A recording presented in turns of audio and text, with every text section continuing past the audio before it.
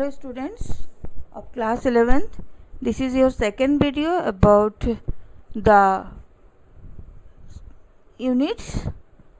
You know that there are 7 units, 7 fundamental units in SI system, and these are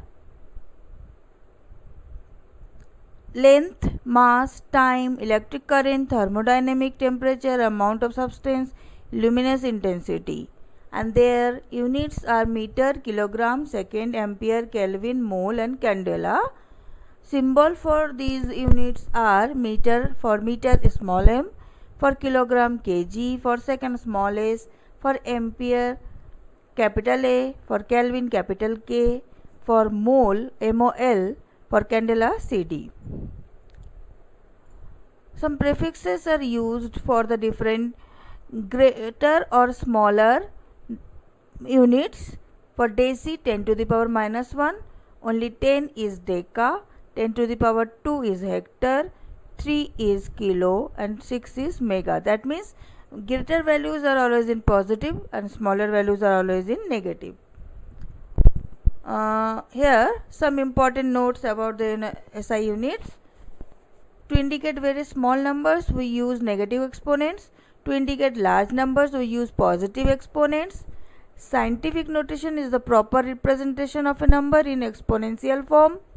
Precision indicates how closely repeated measurements match each other. Suppose you observe any practical or write down the values there and all the values are nearer to each other, then that is called precision.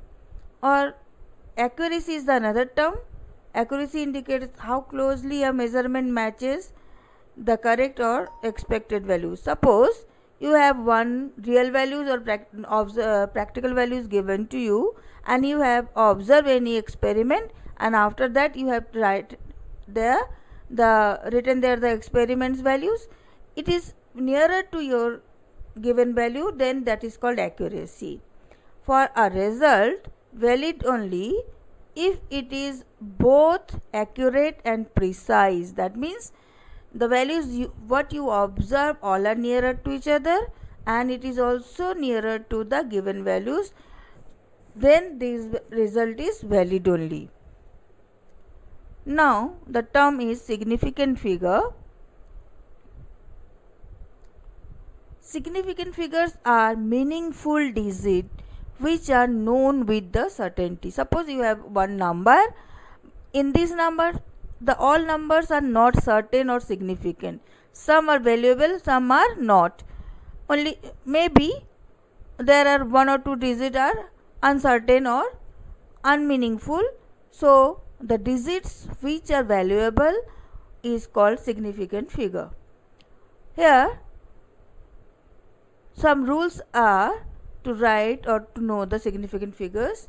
All non-zero digits are significant. That means suppose you have 3 digits, one number is with 3 digits, 123.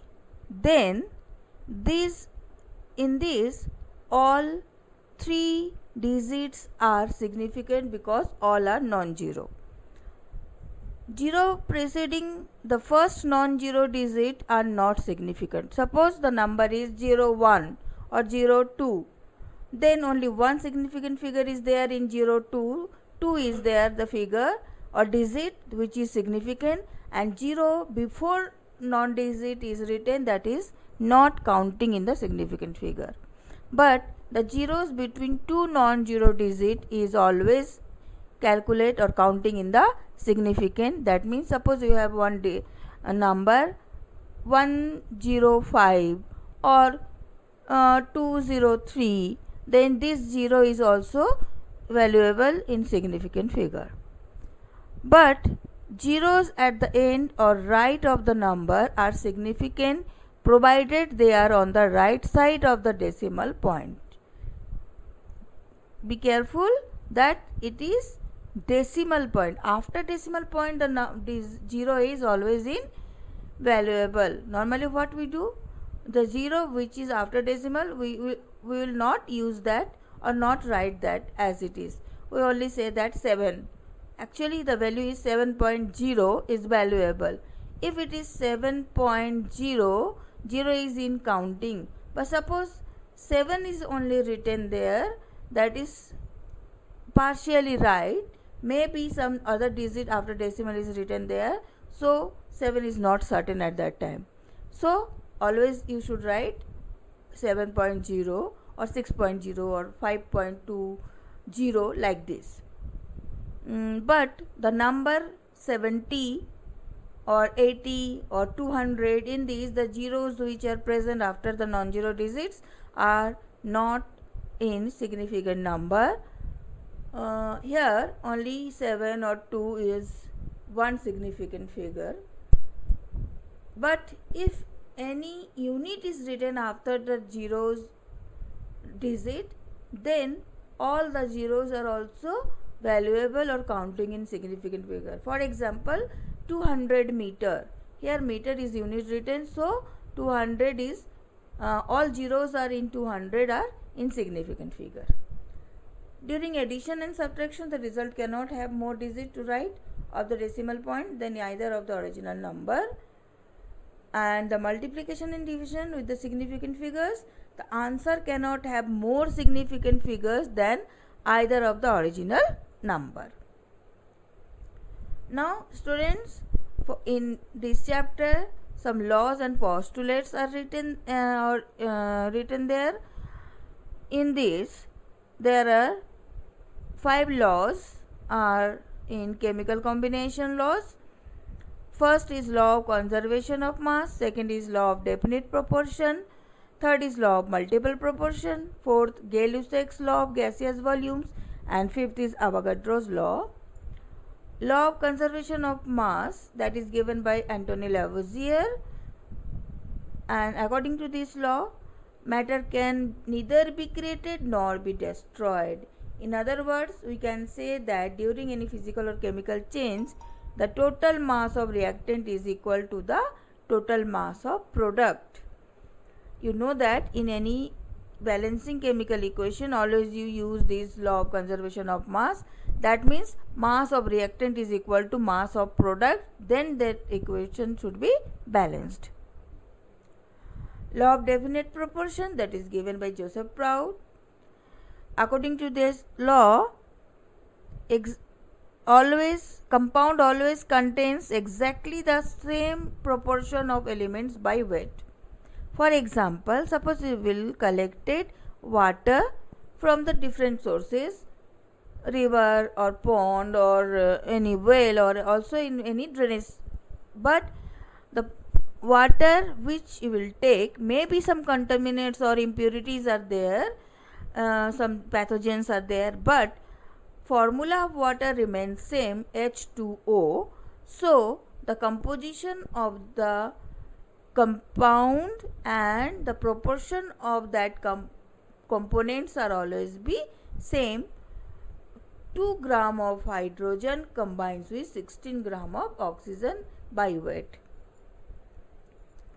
Law of multiple proportion, it is proposed by Dalton's, and according to this law, if 2 elements can combine to form more than one compound, the mass of one element that combined with the fixed mass of the other element is in the ratio of small whole numbers.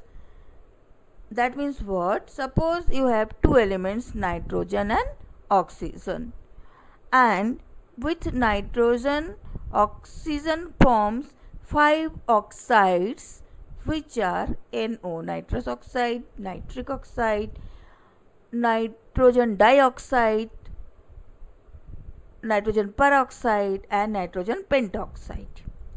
Out of these all compounds or oxides, the mass of nitrogen is fixed. That means always use 14 gram or 28 gram in all the compounds of oxides, but oxygen, the proportion of oxygen is multiple of 8.